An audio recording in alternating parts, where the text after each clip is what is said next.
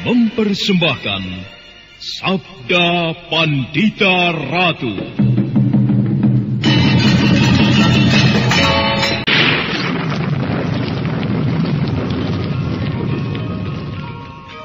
Sabda Pandita Ratu. Naskah ditulis oleh Pondra Swasti Langit, diolah oleh Agung Bahrodi, didukung oleh artis-artis terkemuka Ferry Fadli, Eli Ermawati, M. Abud, Ivone Rose, dan lain-lain. Teknik dan montase Ibing Arifin, dengan sutradara Dian Pertiwi.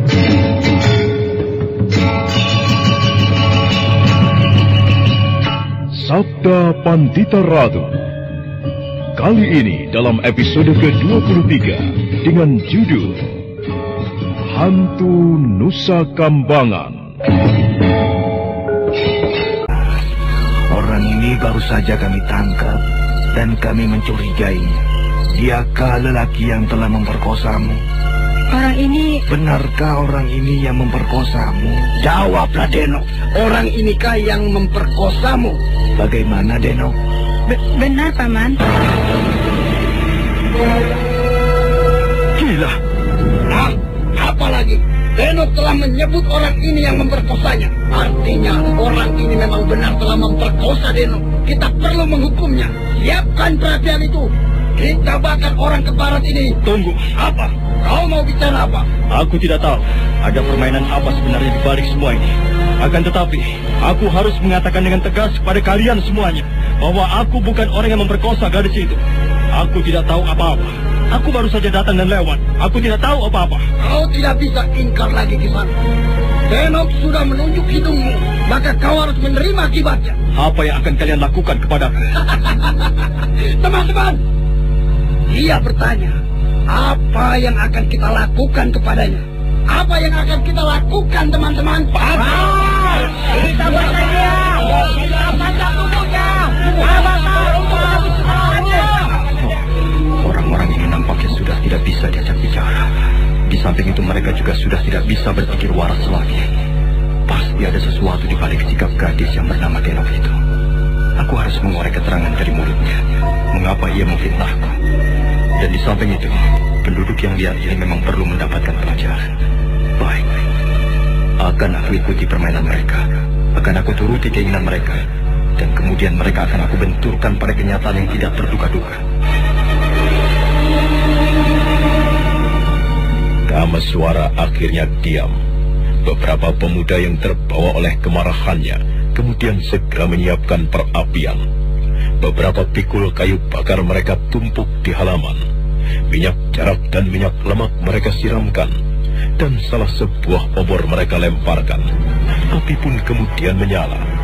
Kameswara tidak melawan ketika salah seorang mendorongnya.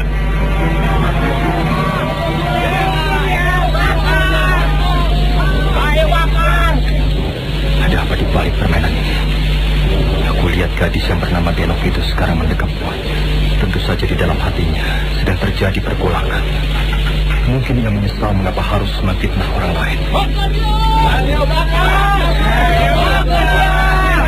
Tunggu! Aku tidak yakin orang ini yang melakukan perbuatan itu. Tunggu apa lagi? Denok telah menunjuk batang hidungnya. Ya, orang itu yang telah memperkosanya. Iya, betul itu. Denok, bawa kemari dia. Bawa kemari. Sebelum orang ini dibakar, aku ingin menanyainya. Denok, jawab dengan kejujuran. Orang itu yang memperkosamu. Benar, Paman Gugang. Kau yakin? Yakin, Paman. Lihat rambut orang ini. Rambut orang ini berwarna hitam, bukan putih. Bukankah kau mengatakan orang yang memperkosamu berambut putih? Orang ini berambut hitam. Bagaimana kau bisa mengatakan dia pelakunya? Ingat wajahnya. Benar. Benar orang ini yang memperkosa aku. Lalu bagaimana dengan rambut? Aku bingung. Kau dalam keadaan bingung. Bagaimana kau bisa mengatakan ia yang memperkosamu? Sudah cukup jelas, Paman Gugang. Denok sudah menunjuk orang ini sebagai pelakunya. Mau apa lagi? Kalau ternyata kau salah menghukum orang, maka kau menanggung dosa yang berat tiada terkira. Dan terutama kau, Denok, kalau kau menyebabkan orang tak bersalah harus menderita karena tuduhan yang ngawur, dosamu tumpuk-tumpuk. Paman bukan. Aku hargai sikap paman yang mampu berpikir jernih. Namun baiklah, aku akan penuhi keinginan para penduduk yang nampaknya sangat tersinggung. Salah seorang gadisnya diperkosa orang. Aku tidak keberatan dibakar. Sadar dengan apa yang kau ucapkan itu, anak muda. Aku sadar, Paman Bukan. Karena aku percaya Betara Agni Dewa Api pasti akan melindungi aku. Paman dan kalian semuanya tentu pernah mendengar kisah tentang Dewi Sinta yang dibakar untuk membuktikan kesuciannya. Dewi Sinta tidak terbakar karena ia tidak melakukan kekeliruan. Demikian juga dengan aku. Aku yakin aku pun tidak akan terbakar karena aku tidak melakukan suatu kesalahan. Nah, minggir, biar aku masuki api itu.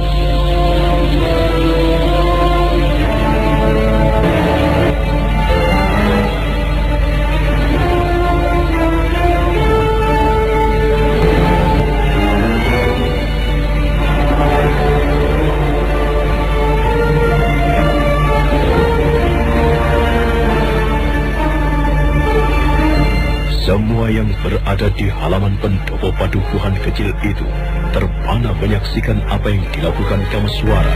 Mereka tidak berbicara apapun. Sedemikian terpesonanya mereka hingga mulut mereka sampai terbuka.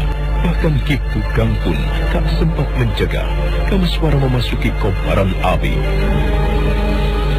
Oh, gila, orang itu tidak terbakar. Wah, lihat aku, orang itu benar-benar tidak terbakar. Dia tidak terbakar, pakaiannya pun tidak. Bagaimana? Berarti orang itu benar-benar tidak bersalah. Tidak salah lihat aku, orang itu benar-benar tidak terbakar. Iya, dia tidak terbakar, pakaiannya pun tidak. Mana ini? Wah, berarti orang ini benar-benar tidak bersalah. Nah, kalian semuanya lihatlah. Lihat ini, ternyata aku tidak terbakar. Api tidak mau membakar orang yang tidak bersalah. Sekarang sebaliknya, aku tantang kalian semuanya untuk memasuki kobaran api. Kau Kisanak Bawan, masuklah ke dalam kobaran api. Dan kau Nyi Denok yang malang, kau telah memfitnah. Masuklah kau ke dalam kobaran api ini. Ayo, ayo Kisanak Bawan, sekarang giliranmu. Tidak, jangan. Api itu tidak membakarku. Maka tentunya api itu pun tidak akan membakarmu kalau kau benar-benar tidak bersalah. Jangan, aku tidak mau. Tidak apa-apa, Kisanak Bawan. Api itu tidak panas. Aku tidak mau. Akan tetapi kau tidak bersalah, bukan? Api tidak akan membakar orang yang tidak bersalah. Mengapa kau harus takut, Kisanak? Ayo, sekarang giliran. Tidak, jangan. Pengecut. Ternyata hatimu sekecil menir, Kisanak Bawan. Ayo yang lain. Mereka yang tadi mendorong-dorongku untuk masuk ke dalam kobaran api. Mana dia? Aku tantang kau untuk masuk ke dalam kobaran api itu kalau berani. Ayo, mana dia? Jangan. Aku tidak berani. Ayo, mengapa kalian menjadi ketakutan? Yang tadi berteriak paling garang, ayo. Mengapa kau tidak berani mencoba panasnya api itu? Hah? Kalian bermaksud mencelakakan orang lain dengan membakarnya. Tetapi mengapa kalian tidak berani mencoba seperti apa panasnya api itu? Mengapa dia? Kau. Jangan. Aku ternyata tidak terbakar oleh panasnya api itu. Itu berarti aku tidak bersalah. Aku bukan orang yang memperkosamu. Nah, sekarang aku ingin kau masuk ke dalam api itu. Aku ingin tahu apa yang terjadi. Tidak. Aku tidak mau. Mengapa? Aku tidak mau. Api itu panas. Jika kau tidak bersalah, api itu tidak akan membakarmu. Kau akan terbakar kalau kau bersalah. Aku tidak mau. Kalau kau tidak mau, berarti kau sebenarnya bersalah. Akuilah kesalahanmu itu, Nyi.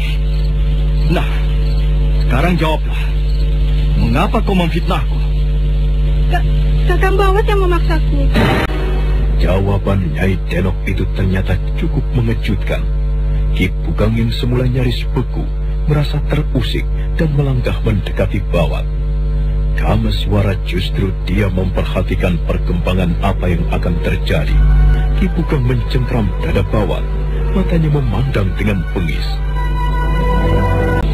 Mengapa kau lakukan itu, Bawat?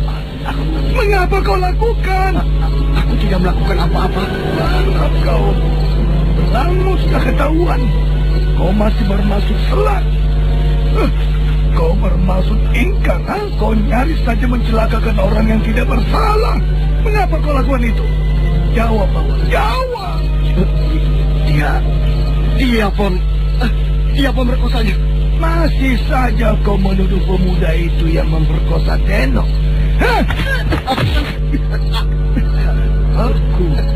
Aku merasakan ada yang tidak beres. Dan ternyata benar, katakan kepadaku, Bawan.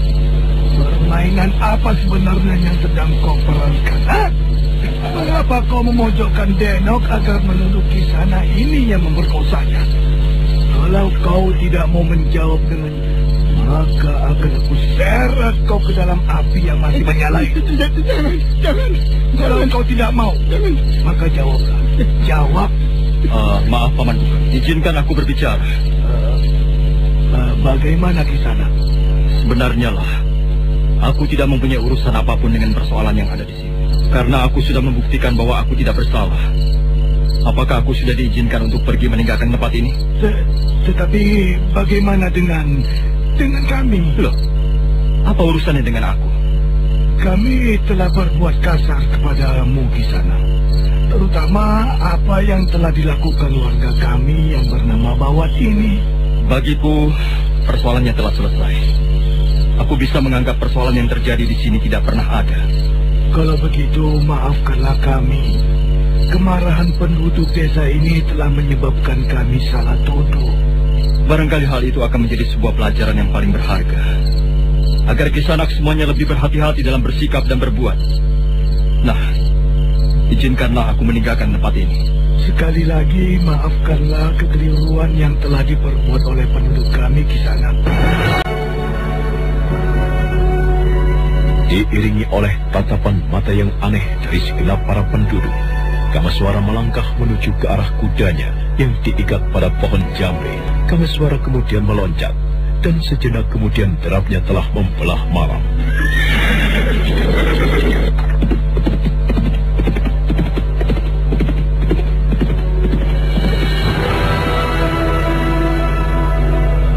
Dan semua perhatian kemudian tertuju kepada Ki Bugang yang masih marah. Dengan pandangan mata yang tajam mengiris, ia menatap langsung ke wajah Bawat yang menunduk. Kau harus menjelaskan apa yang telah kau perbuat, Bawat. Ayo, kau ceritakan. Aku mengaku salah. Kau mengaku salah? Aku memang telah memaksa Nyi Denok. Memaksa bagaimana? Tadi, ketika aku menjemputnya, aku memaksa Nyi Denok untuk mengaku orang itulah yang telah memperkosanya. Mengapa? Mengapa kau lakukan hal itu? Karena aku sudah yakin. Sudah yakin apa? Ya karena aku sudah yakin orang ini. Kau tidak melihat bahwa rambut orang itu berwarna hitam? Aku mengaku salah, Ki Bugang. Untung orang itu dikasihi para dewa, sehingga bara api tidak menjamahnya. Jika orang itu terbakar dan mati karena ulahmu, maka dosamu sundul lagi, dan kau tidak akan dimaafkan. Kau tidak sadar hal itu, Bawat? Aku sadar sekarang. Bubar. Semuanya bubar sekarang. Bubar. Tak perlu lagi ada baris pendem. Apa yang dialami Denok itu musibah. Tak perlu dendam-dendaman. Orang gila berambut putih itu telah memperbodoh kita semuanya. Ia mengumbar ancaman agar datang lagi. Padahal tidak. Ia tidak akan datang kemari. Dan bagaimana dengan kita di sini? Kita semuanya sibuk menyiapkan penyambutan untuknya. Bodoh sekali, bodoh. Ayo bubar, bubar. Sang waktu telah bergerak lebih menusuk orang-orang yang semula berada di pendopo itu pun kemudian bubar dan kembali ke rumah masing-masing. Denok diantarkan oleh salah seorang penduduk kembali ke rumahnya. Tak seorang pun yang tahu kegelapan malam. Nampak seseorang berjalan mengendap-endap mendekati rumah Nyai Pangkin. Nyai Pangkin adalah seorang janda, dan Denok adalah anak gadis satu-satunya. Bagaimana, Duk? Aku ingin minum, Ibu. Orang yang memperkosamu itu diapakan? Jadi dibakar, seperti seperti yang dikehendaki Bawat dan teman-temannya? Ya, Ibu. Dibakar? Ya. Lalu? Tetapi orang itu bukan orang yang memperkosaku, Ibu. Orang yang berbuat jahat itu mempunyai ciri-ciri yang tidak mungkin aku lupakan. Rambutnya putih bersih. Ia masih muda. Akan tetapi rambutnya telah memutih semuanya. Jadi mereka telah menghukum mati orang yang tidak bersalah. Ya, tetapi mengapa? Ada sebuah keajaiban yang terjadi. Keajaiban bagaimana? Orang itu tidak terbakar. Api yang menyala membara dan mangah-mangah tidak membakar tubuhnya. Benarkah itu, Nduk? Benar, Ibu. Bagaimana bisa terjadi keajaiban seperti itu? Aku tidak tahu. Yang jelas, orang itu tidak bersalah. Dan karena itu, api tidak mau membakar orang yang tidak melakukan kesalahan. Nah, itulah. Lagi pula aku tidak sependapat dengan mereka. Kepada orang yang telah memperkosamu itu, aku menyiapkan maaf, Deno. Juga persoalan ini lebih baik berakhir, untuk kemudian tidak perlu dipikirkan lagi. Kau tidak usah teringat terus pada peristiwa itu ya, Nduk, ya. Ya, aku ingin minum, Ibu. Aku ambilkannya. Nuwun. Siapa lagi itu, Nduk? Tidak tahu, Ibu. Siapa? Aku, Nyai. Izinkanlah aku untuk berbicara. Ada hal penting yang ingin aku tanyakan. Iya, tetapi kau siapa? Namaku Kameswara, Nyai. Kameswara itu siapa, Dok? Orang yang dibakar tadi, Ibu. Sebentar.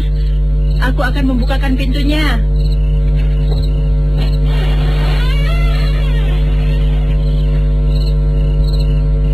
Mohon maaf, Nyai.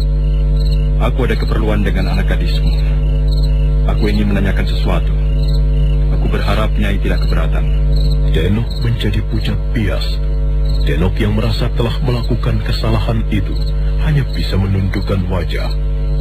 Kameswara kemudian duduk di atas sebuah dingklek kayu. Nyai Pangkin kemudian bergegas duduk mendampingi anaknya. Nyai. Tadi aku nyaris mendapatkan perlakuan yang buruk di pendopo. Meskipun aku bisa meyakinkan para penduduk bahwa aku tidak bersalah, akan tetapi tetap saja aku merasa penasaran, ingin mengetahui apa sebenarnya yang terjadi. Boleh aku bertanya sesuatu kepada anakmu? Silakan, anak muda. Nyi Denok, tidakkah kau ingin menceritakan sesuatu kepadaku?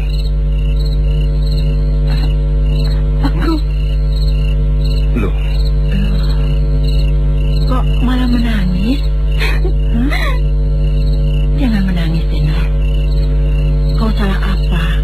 Dia harus menangis. Mungkin karena anak gadis Nyai merasa bersalah kepadaku, sehingga menangis. Denok, telah bersalah apa kepadamu, anak muda? Aku tidak melakukan perbuatan terkutuk itu kepadanya. Aku tidak memperkosanya. Akan tetapi ia telah memfitnahku di pendopo. Jagat Dewa Batara. Tetapi percayalah, Nyai, bahwa atau mendendam kepada anakmu. Aku datang sekarang hanyalah untuk mendapatkan keterangan. Aku ingin anak gadis Nyai menceritakan apa yang telah dialaminya. Tuhan. Bagaimana, Nyai? Aku telah bersalah kepada Tuhan. Maafkan aku, Tuhan. Aku telah memaafkan kesalahanmu, Nyai. Namun sebagai imbalannya, aku berharap kau tidak keberatan untuk bercerita kepadaku. Bahwa ada seorang bertingkah laku buruk, itu sangat menarik perhatianku.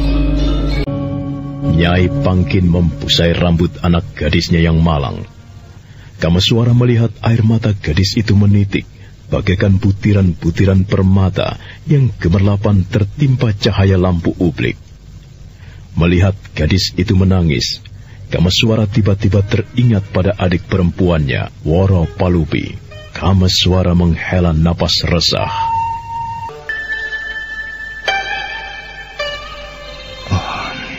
Gadis itu menangis, mengingatkan kepadaku, kepada Warapalupi adikku. Bagaimana keadaan Warapalupi? Anaknya tentu telah lahir. Telah lama sekali aku tidak bertemu dengan Warapalupi dan juga ibuku. Mengapa tiba-tiba pikiranku menyimpang tidak karuan seperti ini? Sudahlah, Nduk. Kisanak ini telah memaafkan kesalahanmu. Sekarang penuhilah keinginannya. Kisanak ini hanya ingin kau bercerita. Apa yang terjadi? Berceritalah, Denok. Aku. Bagaimana? Aku ingin melupakan kejadian itu, Ibu. Aku tidak ingin mengenangnya lagi. Nyi, aku bisa mengerti perasaan. Rupanya kejadian yang telah menimpamu itu menjadi sebuah mimpi buruk bagimu. Namun Denok harus ingat, baru saja kau nyaris mencelakakan aku, sehingga aku berhak menuntut kau menceritakan peristiwa itu. Bagaimanapun juga, agar aku tidak disalahkan orang, dituduh memperkosa adalah merupakan sebuah kenyataan yang pahit. Apalagi aku tidak pernah melakukan hal itu.